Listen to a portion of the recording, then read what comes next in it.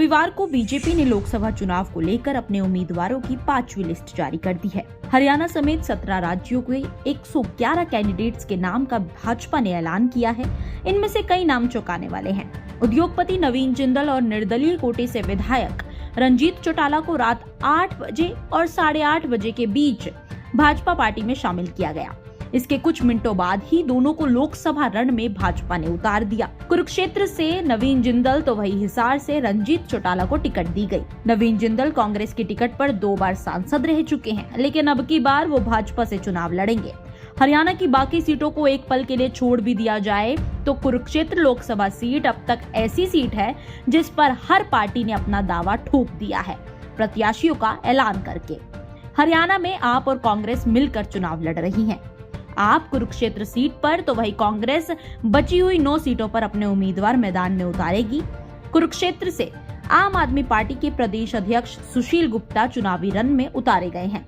बची हुई 9 सीटों पर फिलहाल कांग्रेस ने कोई लिस्ट जारी नहीं की। धर्मनगरी कुरुक्षेत्र में अब तक इंडिया गठबंधन से सुशील गुप्ता, इनेलो से अभय चौटाला और भाजपा से नवीन जिंदल चुनावी रण में उतर चुके हैं। रविवार को लोकसभा के उम्मीदवारों की घोषणा होने के कुछ मिनटों पहले नवीन जिंदल ने अपने सोशल मीडिया एक्स पर कांग्रेस नेतृत्व का शुक्रिया किया और पार्टी की सदस्यता से इस्तीफा दिया।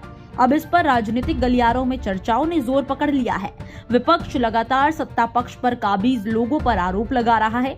आम आदमी पार्टी से लेकर कांग्रेस तक हर कोई चुटकी ले रहा है।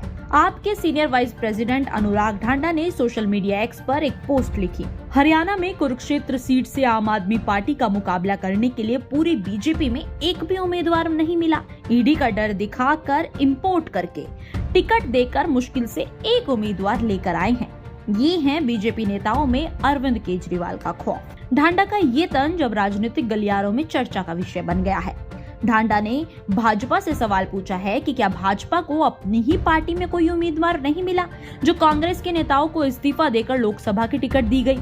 बड़ा सवाल ये है कि भाजपा में वही लोग शामिल हुए हैं जिन पर कोई ना कोई केस चल रहे थे। नवीन जिंदल पर भी 3 केस चल रहे हैं, जिनमें से कोयला स्कैम मुख्यतः है। अब इस पर विपक्ष भाजपा को और साथ ही उनके द्वारा चुने गए उम्मीदवारों पर तंज कस रहे हैं। ढांडा ने अपनी पोस्ट से करारा प्रहार करते हुए लिखा कि भाजपा अरविंद केजरीवाल से डर गई है और कारण यही है कि ईडी का डर दिखाकर दूसरी पार्टी से नेताओं को इंपोर्ट करके बड़ी मुश्किल से एक उम्मीदवार को मैदान में उतारा गया। आम आदमी पार्टी से मुकाबला करने के लिए भाजपा को कोई कैंडिडेट ही नहीं मिला, इसलिए नवीन जिंदल को कांग्रेस से इस्तीफा देने के तुरंत बाद ही लोकसभा उम्मीदवार घोषित कर दिया गया।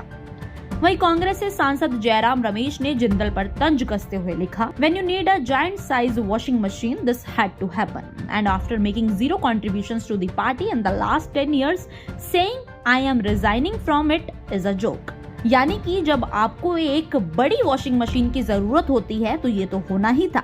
पिछले 10 सालों में पार्टी में 0 योगदान देने के बाद ये कहना कि मैं इससे इस्तीफा दे रहा हूँ एक बहुत बड़ा मजाक है। इसके साथ ही जयराम ने लिखा, पीएम कांग्रेस मुक्त भारत चाहते हैं। वहीं दूसरी ओर जिंदल की बात करें तो उन्होंने कांग्रेस में लगभग 33 साल गुजारे और 24 मार्च को उन्होंने पार्टी की प्राथमिक सदस्यता से इस्तीफा दे दिया। चुनावी मौसम में एक दूसरे पर आरोप वाले रंग लगाना अब तेज हो जाएगा। आपके इस खबर पर क्या है विचार, जरूर कीजिएगा comment. Bureau report, Punjab Kesari TV. मैं सुशील कुमार, पूर्व जिला अध्यक्ष अनुसूचित मोर्चा भाजपा पलवल, प्रदेश कार्यकारिणी सदस्य अनुसूचित मोर्चा भाजपा हरियाणा, समस्त देशवासियों को होली के आपसी भाईचारे के प्रतीक पवित्र त्योहार की हार्दिक बधाई व शुभकामनाएं। मैं आप समस्त देशवासियों से अनुरोध करता हूं, होली के इस पावन पवित्र त्योहार पर हम जल संरक्षण का काम करें, जल का दुरुपयोग ना करें। प्यार और आपसी भाईचारा के इस त्योहार को हम गुलाल से खेलने की कृपा करें।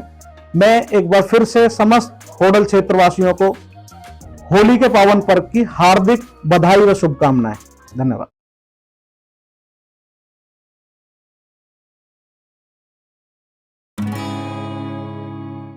हमसे जुड़े रहने के लिए हमारे YouTube चैनल को सब्सक्राइब करें और नई वीडियो की नोटिफिकेशन के लिए बेल आइकॉन को दबाएं। अगर आप ये वीडियो Facebook पर देख रहे हैं तो लाइक जरूर करें और ज्यादा से ज्यादा शेयर करें। धन्यवाद।